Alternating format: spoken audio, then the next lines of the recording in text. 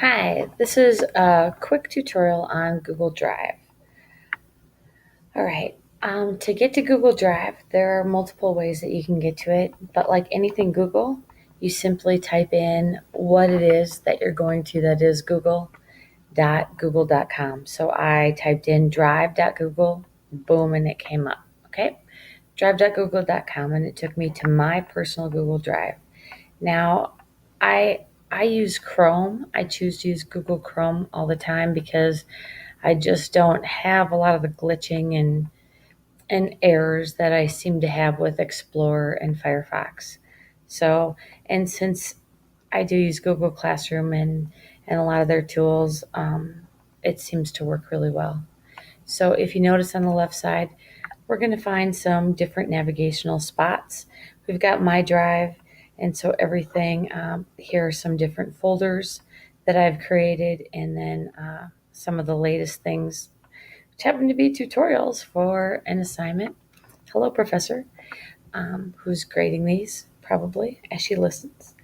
But on the left here, you'll see some things the computers share with me recent Google Photos. I'm not sure why that's there, but starred is how you bookmark them. You can have one of your projects or, docs or one of your items open and you can star it, and it basically shows that it's of high importance to you. And also, you can trash things.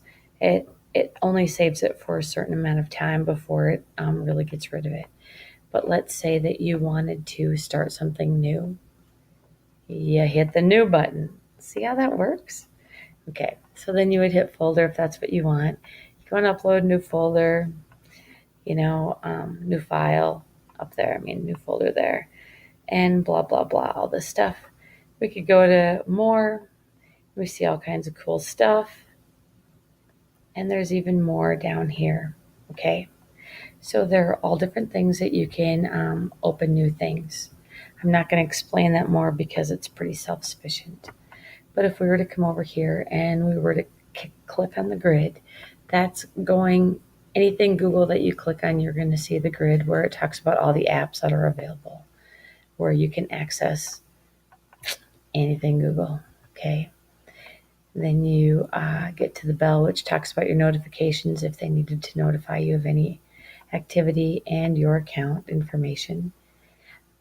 You've got your settings, of course, and then different details. You can click on it, but basically, it just shows when you put things on, like when they were saved to your account, and things like that.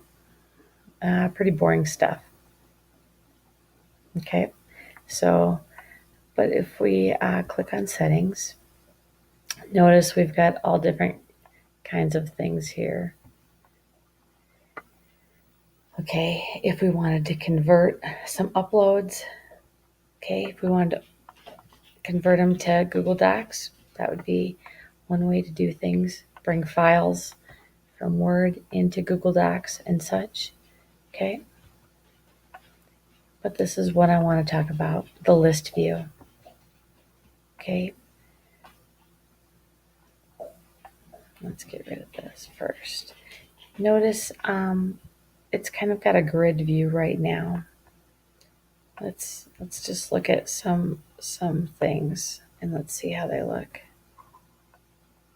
My computer's really slow, so I apologize. Notice that it's kind of listing things right now. And these are kind of empty, so this might not be the best example. Hopefully I emptied them. I think I did. I did not. Oh, I put them in storage or archived them, I guess is what they call it. Okay. And when I click on this, it should change things. So I could go to a list view or I could go to a grid view. And this isn't necessarily a big difference, but I kind of prefer this view. It kind of cuts off because I get a little long winded with my titles apparently. But here's where it really helps, where it's a difference between list and grid because the actual image that it shows Come on. There we go. So if I go back down to those pictures, I guess it shows them kind of the same. But this was a driver's license, and I urge any of you that are starting Google Classroom, that's something I bought on Teachers Pay Teachers. It was really beneficial. It was pretty cool for kids and adults to walk through it and just teach you a lot of different things. A lot of it was cutting and pasting and working with images, but a lot of it was dealing with Google and a lot of tips. Okay. If we were to open anything, let's open a file. Okay, and we've got all kinds of things in here. For instance, okay, again, we can choose how we view them. So this is a better example of the difference between viewing them. Okay, on here it shows a few different things. Okay, it shows that I'm the owner, and it shows it was from my class called Reading 8. Okay, it shows the sharing settings if I want to click on that.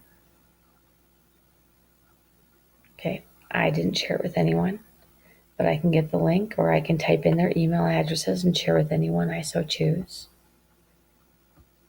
Okay. Again, once I have them open, let's say that this is really important to me. I might star that. Where did that go?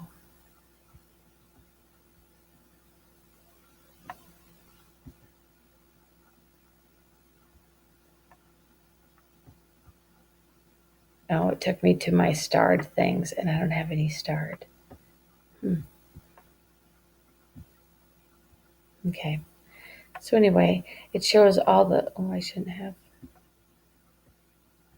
Let's go back up here. There we go.